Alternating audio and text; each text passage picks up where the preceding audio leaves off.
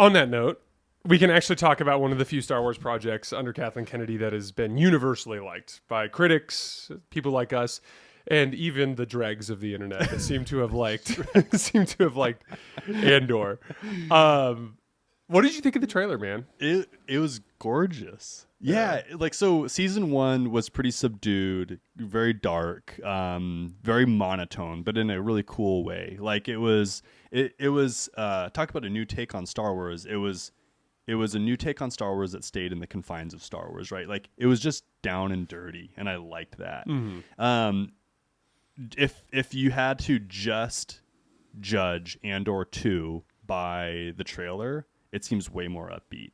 Like they have this really cool rock song going, and they've got a ton of very diverse clips that happen where like it seems like you're just going to get like a plethora of different parts of the universe in Andor 2, and I'm really excited to experience that. Yeah, one of the things that was great about Andor was that it was dark. Mm-hmm. And like they didn't show much of the darkness in that trailer.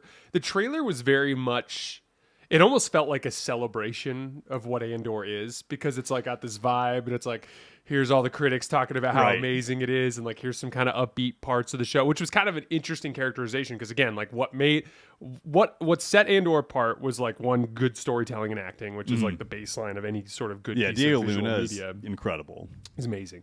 But the other piece of it is like it was the underbelly of the rebellion. It was very much like these are the people on the ground, so to speak. Yeah. Not the Jedi, not these like super powerful beings that are dictating the terms of the universe, but like on this like really ground level, not even just for the rebellion, but it shows it with the Empire. Like, and we're going to get like, cause we got to see a lot of the ISB. We got to see a couple of specific ISB characters. That dude who was like working for that like third party that was under the Empire, who ended up going to work for the ISB. There's they're bringing in additional characters like Director Krennic is going to be in it. So like that's cool to me. That is an interesting part of the show, is that you get to see like these like boots on the ground types that are fighting the rebellion, not Han Solo and Luke, Darth Vader, just floating around being heroes. Grand Moff Tarkin, yeah. One of I think it's the first episode of season 1 of Andor. Cassian, our champion, our hero, literally shoots a guy in the face point blank with a blaster. Dude, because I totally forgot about that. Yeah, because he accidentally kills a guy because they're about to jump him, and then I think he pushes him off, and then the first guy ends up dying somehow, like he hits his head or something like that, and then Cassian just murders this guy in the street by shooting him in the head right in front of his dead friend. You know, and like that's dude, I that's forgot our about hero. that. I need to rewatch season 1. Man. Dude, it's incredible. Like, so like that's our hero, and you're right. Like the underbelly of the rebellion is exactly how that should be put. But I think we get to see K2SO's story as well. Like he's definitely in it. Yeah, how they get him, dude. Yeah, it's gonna be sick. I'm hoping for there's a bunch of cameos from like people from Rogue One who died that are like earlier on in the rebellion when they're fighting. I'm secretly hoping for an Admiral Thrawn like cameo at some point during the show. It just feels like low hanging fruit, because like, you know, there's always the part of us that'd be like, oh, it'd be so sick if like there was an Ezra or a Kanan or an Ahsoka or something like that. But like Andor very much has been kind of deliberately avoiding the Jedi, the Force, the lightsabers, that sort of thing, because they're trying to focus on the dregs. But what would be awesome in that fit is specifically Admiral Thrawn. Like, it'd be really cool if there was just a couple of little drops there. There's also just a ton of flexibility surrounding the 4 different storylines. And this is going to be interesting. This is going to suck for us, because like we were hoping that we'd be able to go like episode by episode with you guys, and like maybe we could try to do that to some extent. Don't sleep for one day of each week as Andor gets released. We'll just watch a show, do a pod, watch a show, do a pod, watch a show, do a pod, and then like sleep 2 hours and then go to work. We're gonna do the best we can. But like, but these 4 different arcs that are set in 4 different years gives you all sorts of like freedom to tell different stories and to bring different cameos in. You could have Admiral Thrawn have a brief appearance in the second arc, but like not appear again, or like different things like that. But I have a feeling it's going to be a little bit all over the place, but I almost think it's going to have a feel like Tales of the Jedi or Tales of the I see. Empire, where like we actually kind of like getting these shorter stories that have like closure. I see. And then they go tell the next one and there's closure and like that sort of thing. I think it could work. I'm curious about it. I think it could work. I think there's in this season in particular, just because of all the content that's going to be dropped, I think there's going to be a lot to talk about. Like, I think it's good for podcasts like ours, like for like where we're going to actually have like a lot of substance to actually break down. Because you and I would do like Tales of the Jedi and be like, oh yeah, that was cool. Yeah, and then it's over. And then it's over. Yeah. But like in this, I feel like there's actually going to be some theorizing that can happen, and I think that there's going to be a lot of like deeper level content to kind of flush out and talk about.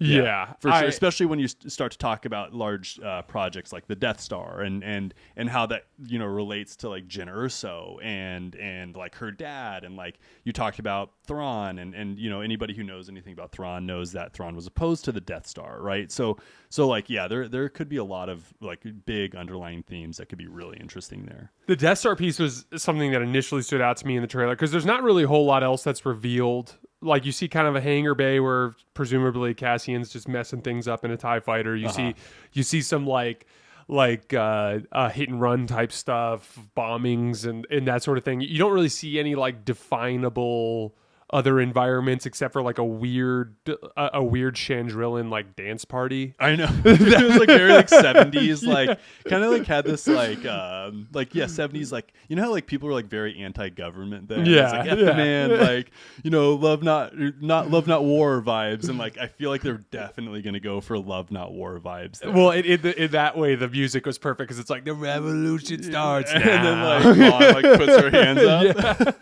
It's kind of everyone's party. I know, and like they like pan. There's this dead body that's laying on the ground, and then they pan up, and then there's two X-wings like lifting off. Dude, it just looks cool, man. It just looks cool. The Death Star, though, I think is going to be an interesting story arc because like I think they're going to be diving. It's earlier on in the project than Rogue One, very early, and I think that could be really cool as they dig into like supply lines, Grand Admiral Thrawn's differences of opinion in terms of the actual construction of the Death Star. The like the rebellion the thing is the rebellion discovers the Death Star at the beginning of Rogue One, from what I understand from the pilot who defects. Yeah, the pilot. I don't think they actually knew about it before then. I think you're right.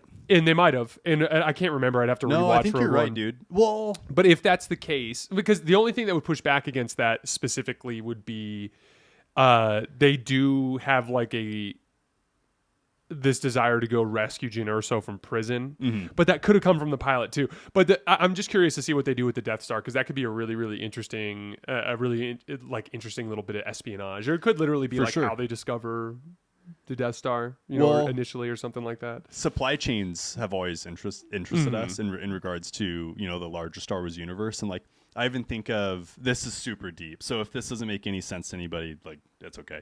But in the first book, Night Swan, and how essentially this like great mind in that of Night Swan is kind of discovering that the Empire is building this massive behemoth of a project and he doesn't know what, and he ends up dying before he could find out. Exactly. But they found out he was involved with like the rescuing of the Wookiee slaves. Like we could have a Wookiee slave ship that shows up. That's something that we haven't seen in live action yet. And I think that is still plausible in like I'm sorry. So I think it's plausible for Disney to do that even for a non-Star Wars buff. Like I think people would still understand like, hey, there's a secret project. Like everyone knows what the Death Star is, like, and how that could use up resources. And I still think that could be a really interesting storyline. Yeah. Well, and again, like I'm so not worried about that because it just comes down to storytelling. Because like again, like what happens when you go see a movie, like a mystery movie? Like you start watching it and then like little bits of plot get dropped in front of you and you start to pick up. Like you're always starting from ground zero with a new movie. Like for sure, they don't necessarily have to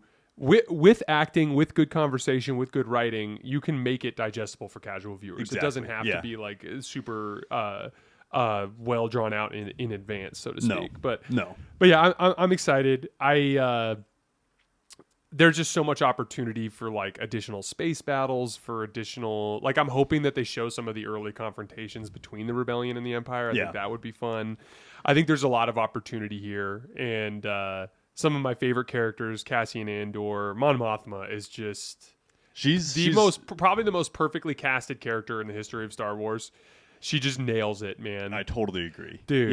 Yeah. She's got it. Yeah, she, whatever it is, she has. Yeah, well, sure. she embodies everything that Mon Mothma was. You know. Yep. But yeah, so yeah, I'm gonna be rewatching season 1 with Carly. So we'll probably do another episode between now and then where we talk Labyrinth of Evil, where we talk.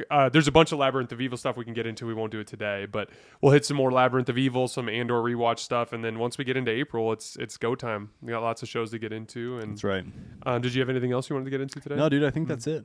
All right, guys. As always, we sincerely appreciate you guys for supporting us, and we will see you next time. Thanks a lot.